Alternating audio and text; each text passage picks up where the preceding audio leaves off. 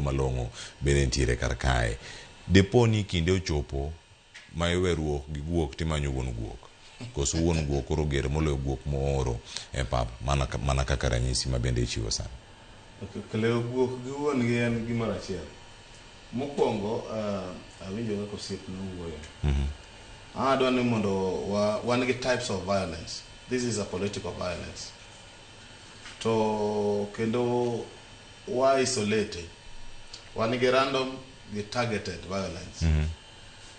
To kik jopiny bed gi luoro ni Kisumu hotspot. Apa ni Kisumu osebedo gi nying marach. To oka gombo ni mondo ji oendere wach matimore Kisumu nikech gunzgi ne waneno gi Nairobi ka. To ji nokowuoyo ahinya kaka koro gima notimore Kisumu. Waweuru keto Kisumu bed hotspot mondo jo biashara bed maluor. Kik waho wach ni ahinya. Nitiere problem ka. Gini en targeted violence. It is not random. Ok wawinjo ni ng'ato na wuotho Kisumu to masi otimang'o. Those are common cases across the country. To ang'o miyo Ososi ni wamire paro moro. Ososi ni dogo Nairobi to wach ni dowuok kama adier a cosmopolitan place. Koso goch manogo e Kisumu ni nikech jogocho gi dwaro ga a soft spot. Koso dogo e western wach ni be noore kama. Apa ni ntiere rwedhi magore e pap ka. To awinjo ka gavana ma Kisumu no wuoyo maber ahinya. Oluongo jotelo o address this issue of violence. To an kaka nene jatend PS milongo no mono nyaka I want to address him.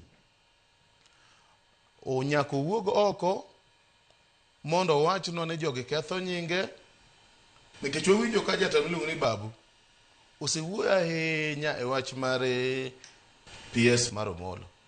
Koro jopiny bende okia ni to gik ma Babu wacho go gin adier koso ok gin adier. Koro odwa ni mondo PS bende wuogi, let him defend himself as a government officer. He must be held accountable. Nikech jopiny ok ong'e kuma adieri nitie. Nikech ang'o miyo Ososi nie group mare Babu Owino Gorengo. Linda Mwananchi. Ang'o miyo Ososi ni amane goye. To no winjo wach moro mar nyako bende ni wacho wachno. To kaka wang'iye Ososi ne jogo go marach. To goye pap ma Kisumu. Gini is bordering conflict mar even two communities. King'iye in a broader way. Wach no ne en wach maber ahinya. Emomiyo koro PS nyaka be wuogi mondo address these issues. Joma pok omakegi, let them be brought to books. Penji gini tang'o mo gitimo violence. So ntiere common faces ma ji neno nikech gigi ok gin siri.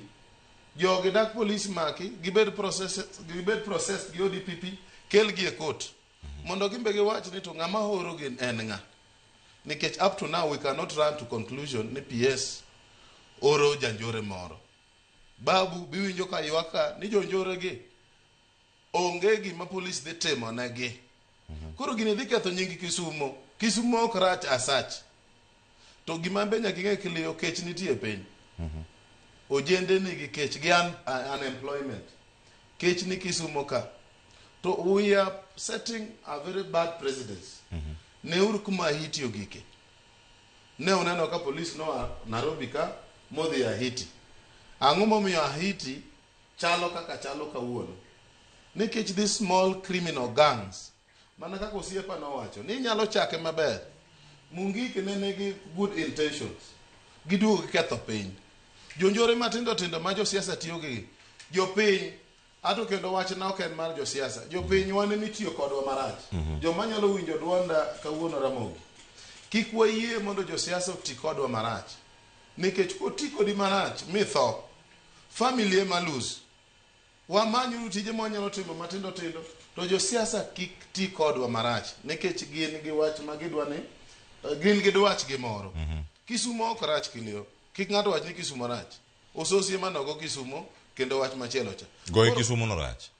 Goye Kisumu no ema ne rach. Mana kaka kata dipo no goye Nairobi ka be ne poro bedo mana wach marach. Ne ok obedo marach kaka dogoye Kisumu.